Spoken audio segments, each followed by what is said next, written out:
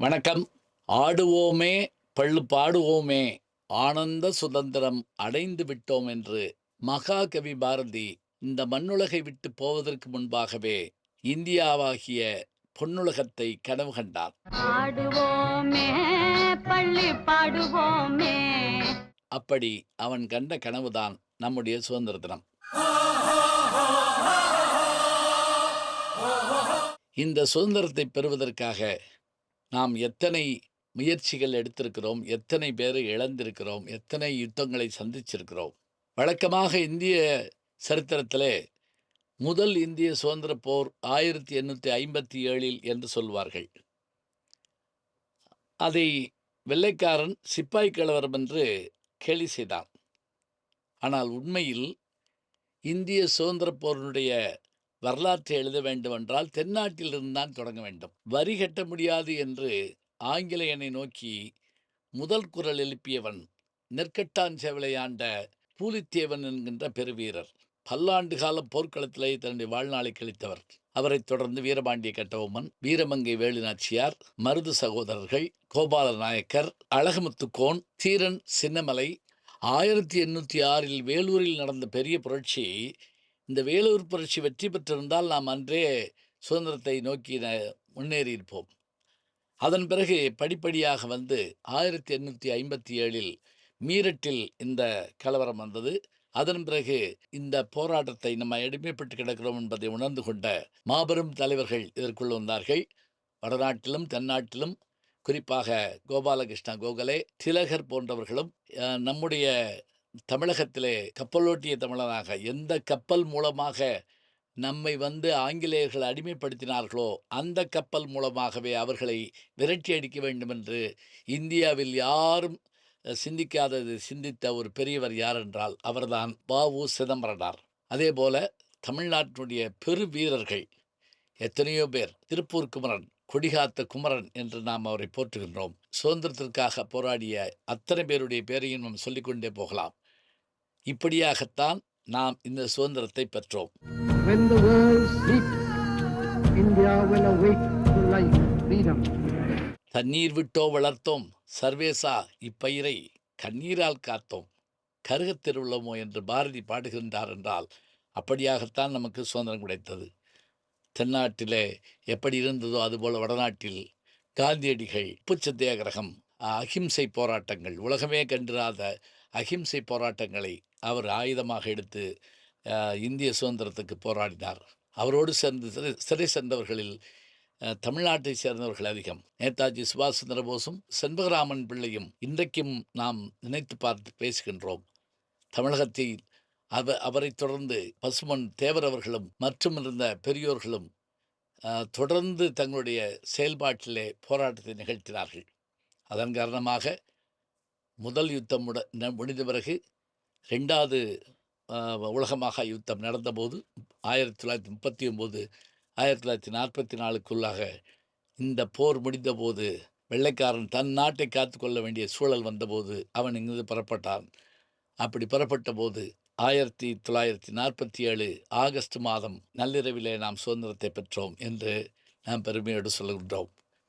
சரி, சுதந்திரம் அடைந்து இத்தனை ஆண்டுகளில் இந்தியா என்ன சாதித்திருக்கின்றது பலர் கேட்கிறார்கள். ஒரு முறை பண்டித ஜவஹர்லால் நேரு அவர்கள் முதல் பிரதமராக இருந்தபோது திறந்த ஜீப்பில் ஊர்வலம் வந்தபோது ஒருவன் வழிமறித்து கேட்டானாம், இந்த சுதந்திரம் எனக்கு என்ன செய்தது என்று ஜவஹர்லால் நேருவை நோக்கி கேட்டிருக்கிறான். காவலர்கள் அவனை பிடிக்க சென்றபோது தடுத்து நிறுத்திவிட்டு கீழே இறங்கி வந்த ஜவஹர்லால் நேரு அவனது தோள் மீது கை போட்டு, அருமையான கேள்வியை கேட்டீர்கள் ஐயா, இந்த சுதந்திரம் உங்களுக்கு என்ன தந்தது?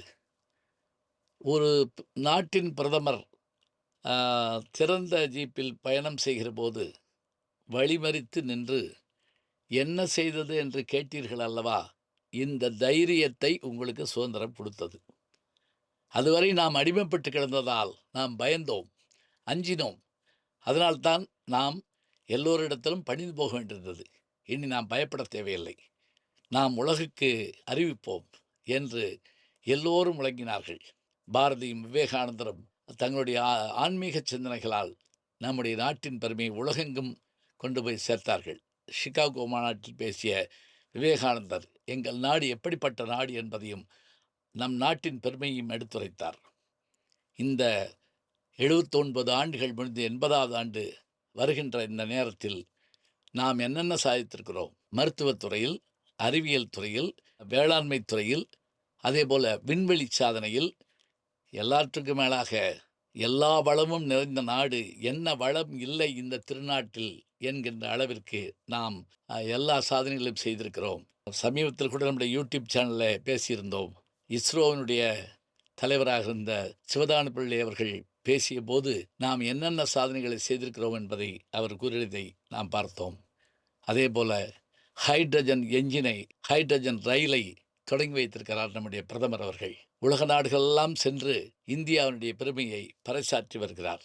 இன்றைக்கு விண்வெளியிலே சென்று சாதித்து வருகிறோம். அநேகமாக நாம் இன்னும் சில ஆண்டுகளில் விண்வெளிக்கு நம் நாட்டிலிருந்தே விண்ணூர்தியை அனுப்பி அதில் நம்மவர்கள் சென்று பயணித்து வரக்கூடிய காலம் வரத்தான் போகிறது. உலகெங்கும் இருக்கின்ற அத்துணை பெரிய நிறுவனங்களிலும் இருப்பவர்கள் இந்தியர்கள், குறிப்பாக தமிழர்கள்.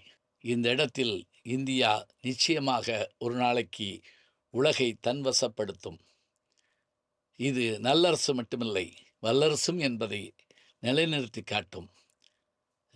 சமீபத்தில் நடந்த யுத்தத்தின் போது கூட நாம் எந்த வகையான பெரும் சங்கடங்களையும் அனுபவித்து விடாமல் நம்மை பாதுகாத்த பெரியவர்களை நாம் போற்றுவோம்.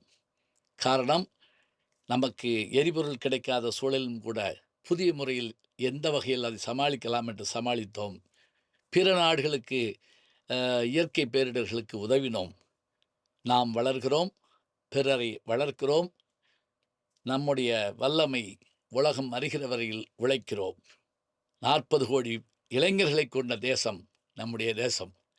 இந்த தேசத்தின் பெருமையோடு நாம் சொல்லிக்கொள்வது, இந்த பாரத நாடு பழம்பெரும் நாடு, நீர் அதன் புதல்வர், இந்நினைவகற்றாதீர் என்று பாராட்டி நாம் நம்முடைய தேசிய கொடியை வணங்குவோம். சுதந்திர தினத்தன்றைக்கு ஏற்றப்படுகின்ற மூவர்ண கொடிக்கு நாம் நம்முடைய மரியாதையை செலுத்துவோம். எங்கும் நம்முடைய சுதந்திரம் என்பது பேச்சு என்பதைப் போல நாம் பெற்ற சுதந்திரத்தால் நாம் வளர்ந்திருக்கிறோம் என்று சொல்லி பாராட்டுவோம். அனைவருக்கும் இனிமையான சுதந்திர தின நல்வாழ்த்துக்கள். ஜெய்ஹிந்த். தாயின் மணிக்கொடி, தாயின் மணிக்கொடி சொல்லுது ஜெய்ஹிந்த். நாளும் நல்ல தமிழ் கேட்க முனைவர் ஞானசம்பந்தம் அவர்களின் கேளுங்கள். கண்டிப்பாக கேளுங்க, நான் கேட்டுட்டு இருக்கேன். நம்முடைய ஜி ஞானசம்பந்தன் யூடியூப் சேனலை தொடர்ந்து எக்ஸலம், இன்ஸ்டாகிராம், ஃபேஸ்புக், வாட்ஸ்அப் என்று அனைத்து தளங்களிலும் நாம் இயங்கிக் கொண்டிருக்கின்றோம். நீங்களும் எங்களோடு வாருங்கள்.